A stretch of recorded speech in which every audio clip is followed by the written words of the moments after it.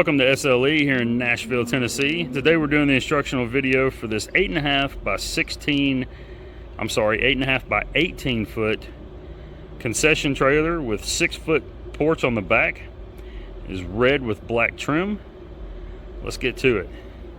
First thing we're going to talk about today is the power supply. So with power supply, anytime you're hooking up, you need to make sure that your power source is turned off.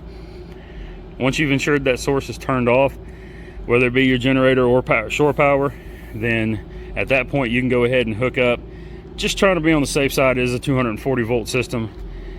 You need to make sure we're respectful of the power that it carries. So first thing you're going to do, take your power cord here.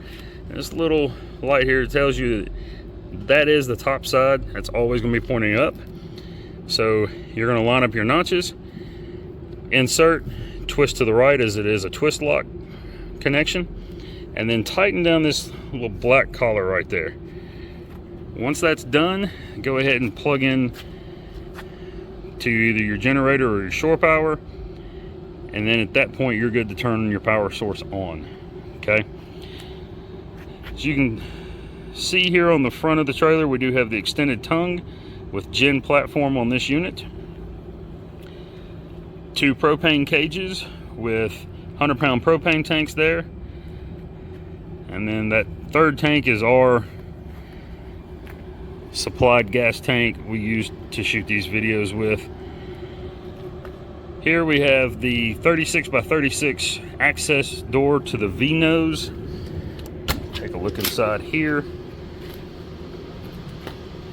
Inside here we have the 30-gallon freshwater tank.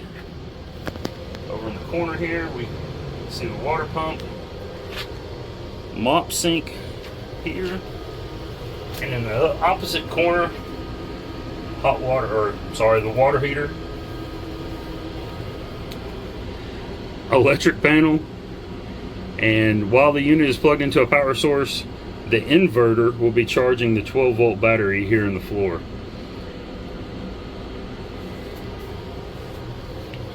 Alright, let's talk about these plumbing lines for just a moment here.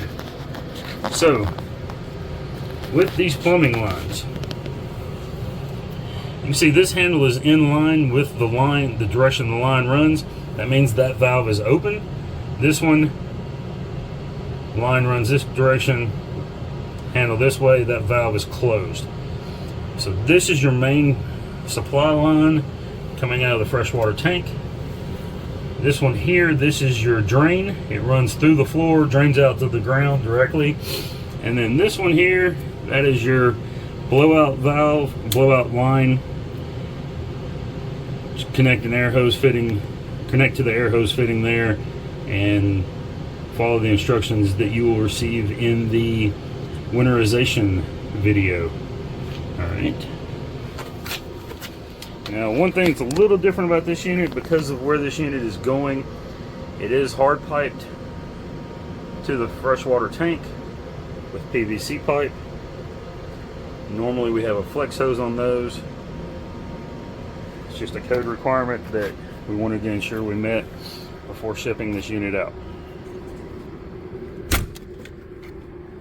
Moving on around, here we have the water access panel.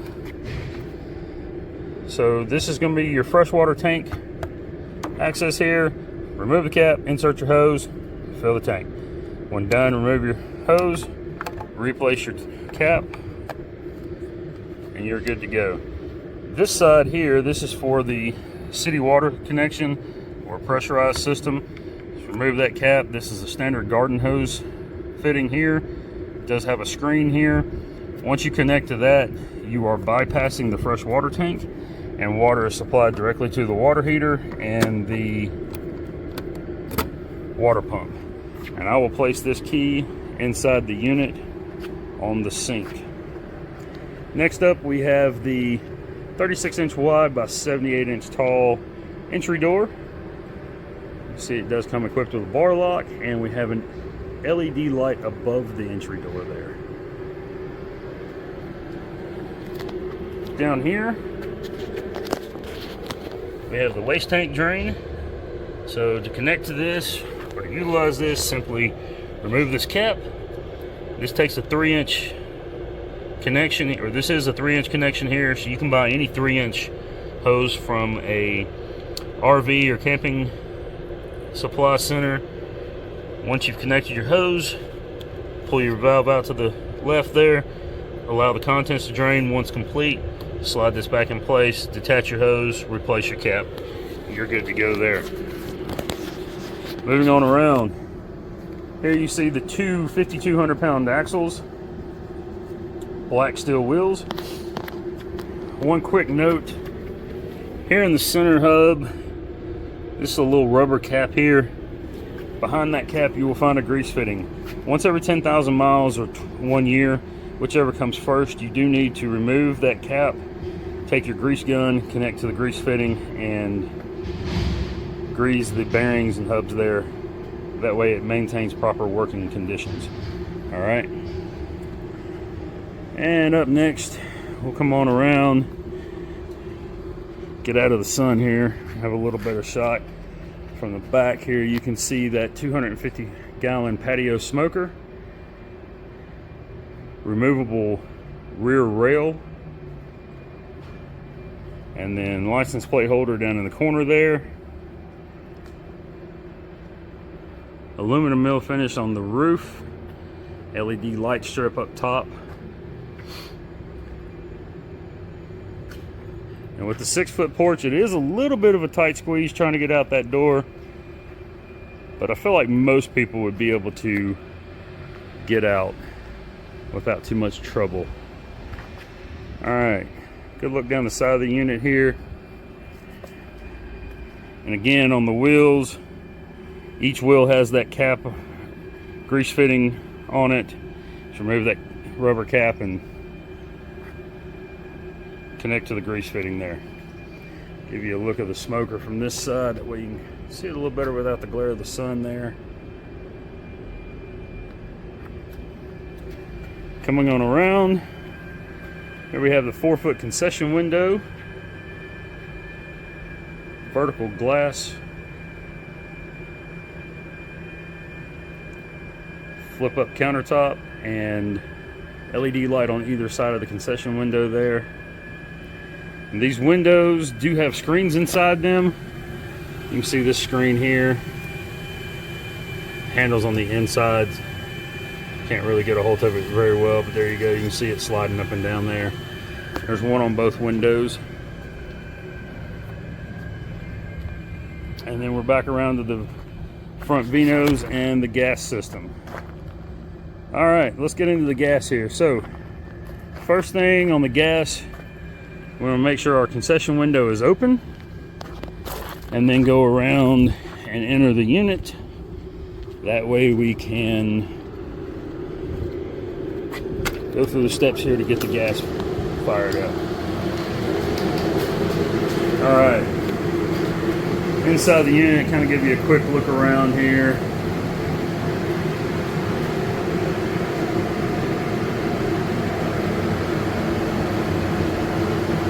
So once we've opened our windows, our concession window, I want to come over here, this light switch here, turn it on. That's going to turn on this hood. The LED light there in the center comes on with the hood. So if the hood is on, the light is on, light is off, that hood's off. Pretty simple concept there. Once you've ensured that, then you want to come here and simply check and make sure that all of your knobs are off on your appliance here. And we'll go over the appliance and other equipment here in the unit here in just a little bit. Now, once we've checked and made sure all of our knobs are turned off, we're going to come out here, come to our tank. I'll show you on this one over here. Turn your knob here and open that all the way. So fully open that 100% all the way. Once you've done that, you're going to come to your regulator. You can see it says vent right here. You're going to kind of listen right here, make sure you don't hear any hissing, and make sure you don't smell an abnormal amount of propane gas from this, okay? If you do, shut your tank back off, that's a good indicator that your regulator's gone bad. At that point, you'll just need to contact your local gas company, have them come out and service the unit, make any repairs necessary. But open the valve fully, everything checks out here. We're ready to go to the next step. The next step is going to be come to this valve, or this one on the back side if you're working with the tank on the left. Open that valve all the way there. Again, in line means it's open fully.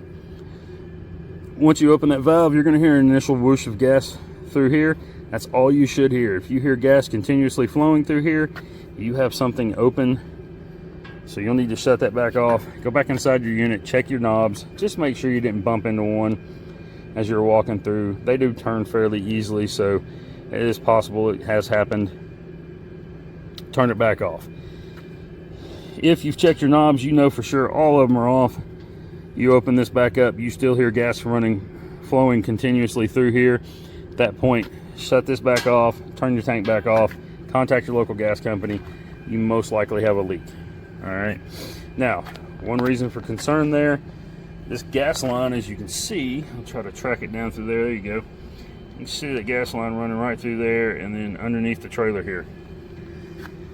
So with that, there comes the opportunity for any kind of road debris, whether it be rocks, chunks of rubber, pieces of wood, whatever is on the roadway, kick up off the road, hit that gas line and potentially damage it. Okay, so if we hear that free flowing gas before we've turned anything on, we just want to make sure that we're on the safe side here. Shut it off. Contact your local gas company, have them come out and inspect the unit. Again, make any repairs that are necessary, okay? Really want to be safe with this gas. This is the most dangerous system on these units, or can be, if we don't treat it accordingly, all right? So, however, we've turned the tank on, we've turned this valve on, everything checks out, only the initial whoosh of gas. We're ready to go inside. Fire up some appliances.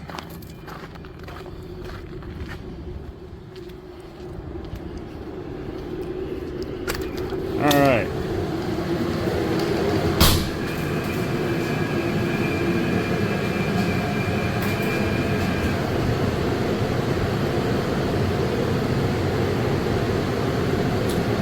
Once inside the unit here,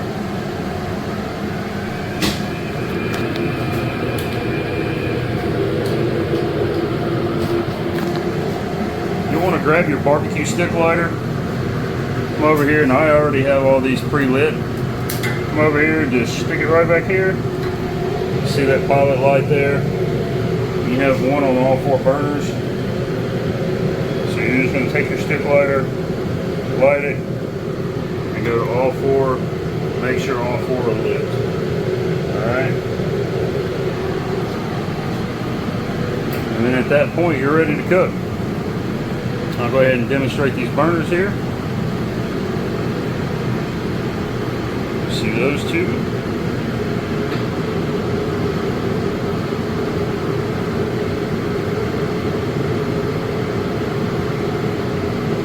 And those 2. All right. So that's our appliance. Oh, sorry, I guess I should tell you, this is a Royal 4-burner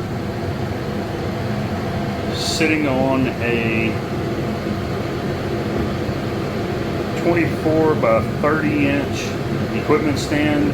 It is stainless steel with galvanized undershelf. So that's the appliance there. Alright, let's talk about this exhaust hood real quick. So with the exhaust hood, one thing you're going to have to do once every week, pull out your 2 grease filters there. Wash them down with soap and warm water. Just get them good and clean. That helps prevent any buildup of grease inside the hood there and prevent a potential grease fire inside the hood. Alright, so to pull these out, you have to push over. That way that opens up a little bit there. Now you can lift up, tilt your bottom out. Hung up a little bit on me, and then pull down, and then reverse put it back in, just slot it in. There we go. Tilt your bottom in, and then you're going to want to close up your gap there. All right. Well, that thing's not being too cooperative. A little tight right there. And then close up the gap in between the two. All right. And that just prevents any excess grease from getting in behind there, and potentially any foreign objects that you don't want inside there. Okay. You do have 2 grease cups right here that are saran wrapped to the filter. One grease cup goes right here on these 2 knobs. The other goes over here on these 2 knobs, and that little post and that post are your grease drains. So the grease will drain out of there. So when you clean your grease filters, you'll need to clean that rail along the bottom there. Just make sure that stays cleaned out good. And then every day you'll need to monitor your grease cups. Make sure that they don't overflow and you keep those cleaned out properly, all right? So let's take a look around the rest of the unit here. Next to the 4-burner, we have a 30 by 48 table. I'll show you the tag on it there. It does have a galvanized undershelf on it, and all of this equipment is bolted to the floor. Rubber point flooring, 3-bay sink with a sink cover, or worktop sink cover. Hand wash station over here. Up here we have an 18 by 48 work table there beneath the concession window. Also has galvanized undershelf. And then we have the Arctic Air 23 cubic foot stainless steel refrigerator here. Next to that is the Cook-Right by Atosa warming cabinet. It is an 18-pan warming cabinet. See in there. I'll go ahead and turn this on, demonstrate it working. You see it powering up. And on the refrigerator, nice warm 35 degrees. Be great on a day like today. And then the rear door going to the porch, again 36 by 78 inch door. This switch here is the light switch for the porch light. I'll go ahead and open this door here, show you. So again, that door does not open all the way because of the smoker bin right there. However, you can still get out here. There's the light, aluminum mill, and of course this smoker. Smoke box. Let me step back a little bit, get a little bit better picture of that.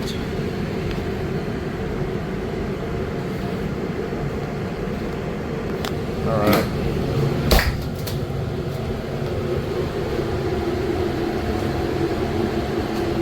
Got a few electrical outlets here. We'll go ahead and show those working. 2 lights, it's working. Good. Next to the door here, we have 3 light switches. The first one is for the interior lights here inside the unit. These next 2 are for the 1 light above the entry door, and then the 2 lights on either side of the concession window. The unit does have 2 LED strips inside of it. One at the front here, and then the first one I showed you is at the back. And then it also has a 15,000 BTU air conditioner, heat and air unit, I guess I should say. So this first knob, that is high cool, low cool, high fan, low fan, high heat, low heat, and off. The second knob that you see there is your temperature knob. So you set that for hot or cold. And then this switch and that switch are simply directional switches. So if you switch this one out or that one out, it's going to close off the end that you've switched out. All right, so air would only, if you turn that one out, flip that switch out, it closes off that back end, air would only flow out this front end. Honestly, that's what I would recommend, due to the fact that right next to the back end of this is that exhaust hood. That's going to suck most of your air right out. So if you have air blowing out the front into the V-nose, it'll at least circulate a little bit of air before it gets sucked out the unit, okay? So let me remove this thermometer here. Oh, and we do have shelf in the V-nose at the top, and then the one right above the sink there. And then over in the corner there, you see the fire suppression tank. Up here is the control head for the fire suppression system.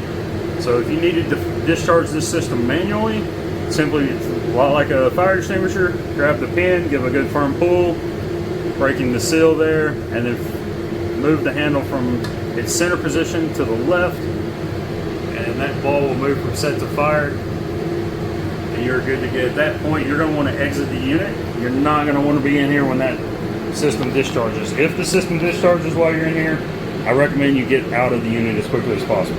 Okay? Now, let's see if I can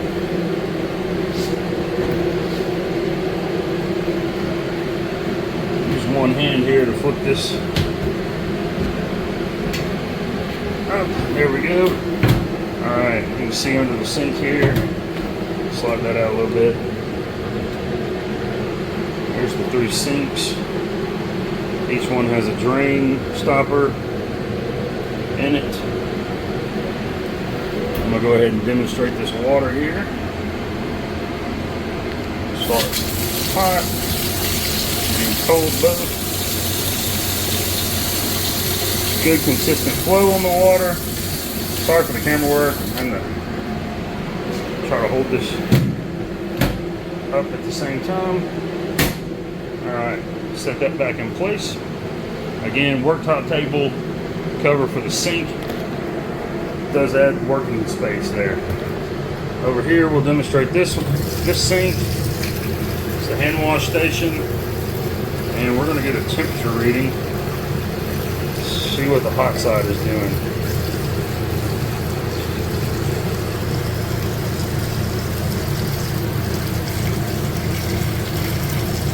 And real quick, that jumped up to 134 degrees. I do have that water heater set to max. So 135 was the highest I saw there. You'll want to play with it. The next setting down is 125. I just like to turn it on max, that way I can get it hot, show you that it will go and hit the 120 and go even higher. So you'll want to set it, 120 is kind of that standard mark that most coach departments, health departments have set. Alright. Right here, this is your on-off switch for the water pump. So, show you there. You see the water flowing. Turn the water pump off, water stops flowing. Alright. Now, when you first get in the unit, you're going to want to turn the water on, hot and cold side. Turn both of them on. What you're looking for is this good consistent flow of water here. Alright. You get that steady stream of water. Then at that point, you're good to go ahead and plug in your water heater. What that tells you is that the water heater is full, and so now you can plug it in safely without worrying about damaging the heating element in it. Nobody wants to incur any extra expenses that they don't have to, so just make sure that you got that good solid steady stream of water before plugging in your water heater. I recommend at the end of the day when you're shutting down, go ahead and unplug that water heater as you're stowing away your power cord, things of that sort. Just unplug the water heater, and then the next time you're in the trailer, the next day, whatever, at that point, after you've checked the water, you make sure you have that good steady flow of water, then you plug it back in, okay? You can see the red trim here along the cabinet at the bottom of the sink. And then these cabinet doors simply just open up into the V-nose. You have access there. See the water pump in the corner.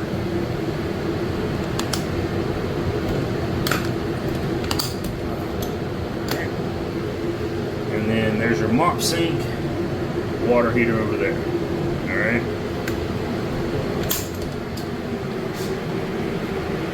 Here, these two boxes are your Class K fire extinguisher. Class K fire extinguishers are required in all 50 states in a commercial kitchen. So we provide that as part of the fire suppression package here at SLE. And then you also have a ABC fire extinguisher, just a good all-around fire extinguisher to be in any and all kitchens. All right. So let's talk about the shutdown procedures. End of the day, had a successful day selling food, made a lot of money. We're ready to shut everything down, clean up, go home. So the first thing we want to do is shut the gas down, and we're going to do that opposite of how we started it all up. All right.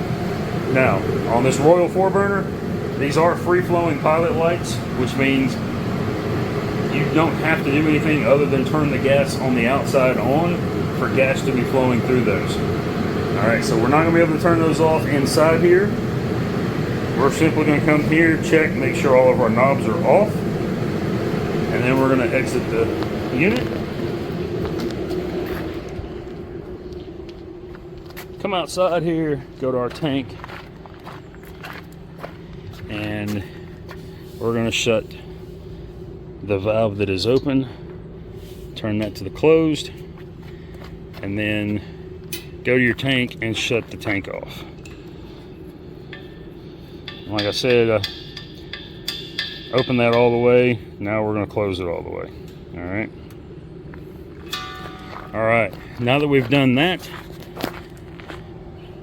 at this point we can go back into the unit, and we're simply just going to wait a minute and let those pilot lights burn out. You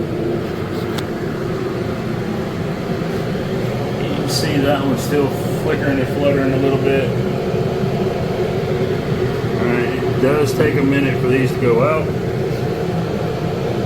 That one's off. This one is off. And that one's off. That one's off. Alright, so all four have now gone out. We're good to go. So we now know all of our gas is shut down. Alright, at this point, now we can go over, flip the switch here, turn off our exhaust hood. Alright, and we can continue on with our cleanup, shutdown procedures, just going through the rest of the trailer here. Alright, so the last thing I want to talk about, over here on the door, on the inside of the door here, you see the sticker. This is going to go over some general safety guidelines and procedures, startup procedures, shutdown procedures, and before transit, things you want to check. We've gone through most of the startup and shutdown procedures that are listed on here. Make sure your water pump is turned off. Definitely want to do that. Make sure that you've turned off all your gas first. Very important. Make sure all your gas is turned off. And only after your gas is turned off, turn off the exhaust hood. But I'll let you kind of read through that at a later time and date. I'm not going to go through all of it, but before transit, things like check your lug nuts and tire pressure, make sure your blinkers and running lights, brake lights all work on the unit. Stow away your power cord. If you have a generator on the unit, turn that off. Things of that sort. All right, stow away your any hoses, things of that sort. Okay. So I think that covers everything. Oh, one more thing. All right, so last thing I forgot to bring this in the unit with me. I had it out, but carbon monoxide and gas alarm. Every unit that has gas that we sell, we provide one of these with. So you can do a couple of options here. If you remove this cover right here, this plug will come out. There's extra cord rolled up in behind here. It does have a battery backup. You can see the battery laying there. I don't put those in until the unit goes out. That way it doesn't run that battery completely dead. That battery will go on this side. There is a mounting kit in here. So if you wanted to mount this on the wall using these two little holders there, you would simply pull that plug out, mount this on the wall wherever, and then plug into your outlet, or you can leave it in the back, plug directly in. You see the zeros there, so here in a moment that'll go to just 1 0. That's telling you that it's not detecting any gas, and then it'll flash to an LB. If you see an LB on the screen and you hear it beep, and it will beep every time it flashes LB, the reason for that is it means low battery. Again, battery's right there, doesn't have one, so yeah, it's got a low battery right now. But that just alerts you that your battery is getting low. You want to go ahead and replace that. You may think about doing rechargeable batteries. Completely dealer's choice on that one though. All right. There's the 0. So again, detecting 0 gas. This thing will alert once it reaches detects a certain amount of gas. It will alert, hey, picking up gas. That way you can check it out. There's the beep. There's the LB. All right. So that'll be in with the unit as well. That's it. That will do it. Hope that you at least found this informational, and we appreciate your business here at SLE. Thank you for doing business with us.